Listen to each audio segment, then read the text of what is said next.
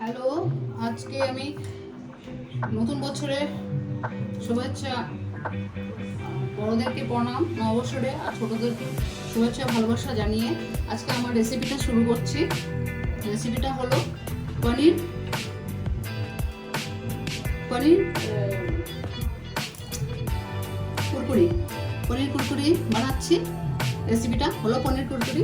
তার জন্য পনির লাগছে, আর কি বলে বেসন লাগছে, তার জন্য কারি পাতা লাগছে। কারি পাতার জায়গায় যদি ধনিয়া পাতা না থাকে তাহলে কারি পাতা দেবেন। আর কস্তুরি পাতা লাগছে, আর লবণ লাগছে, কাঁচা লঙ্কা লাগছে, চাট মশলা লাগছে, আর গরম মশলা লাগছে, আর হলুদ নুন তো লাগবেই। আর করার জন্য পনির কুরকুরি করার জন্য কর্নফ্লেক্স দিয়েছি। এটাকে গুঁড়ো করে বেসন দিয়ে পনির কুরকুরিটাকে ভাজবো। তাহলে আমি আমার রেসিপি আজকে শুরু করছি।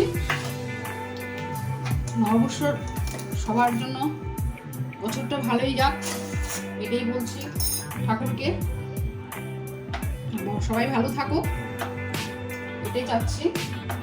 তাহলে আজকে আমার রেসিপিটা শুরু করছি, পনির কুরকুরি।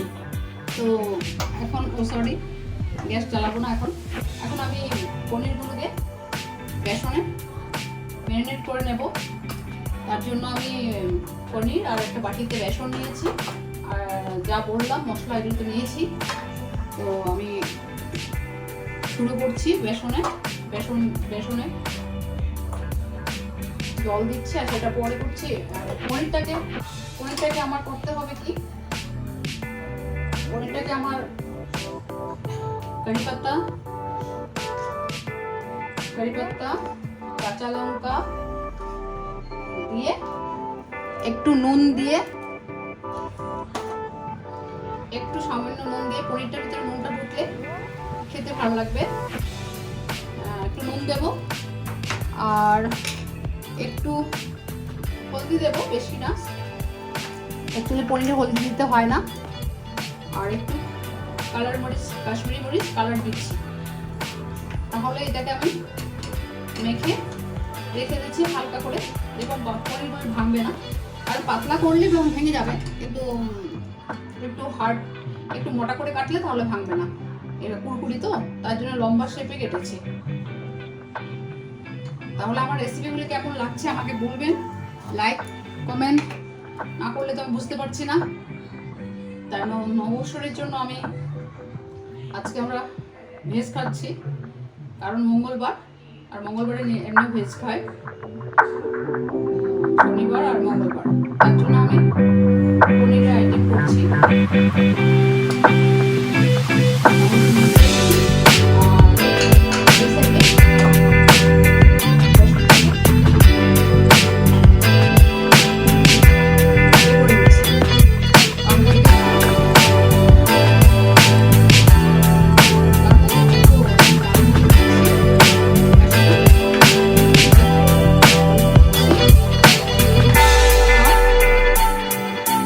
স্বাদ মতো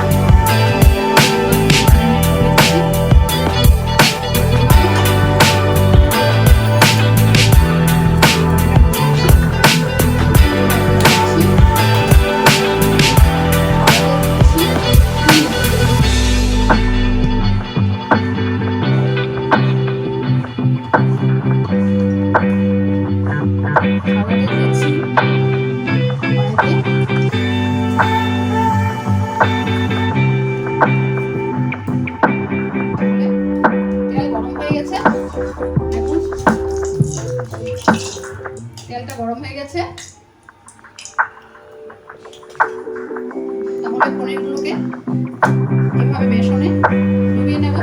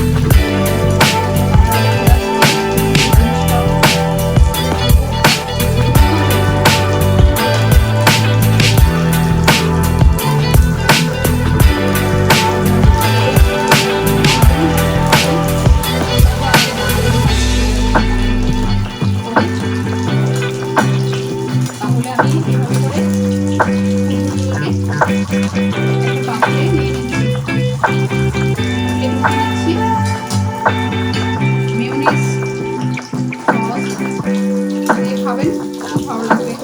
সঙ্গে দরকার পড়লে ননভেজের দিন একটু পেঁয়াজ নিয়ে নেবেন, স্যালাডের মতন পেঁয়াজ, শসা, কাঁচা লঙ্কা এগুলো দিয়ে লেবু দিয়ে আজকে আমি দেখাচ্ছি।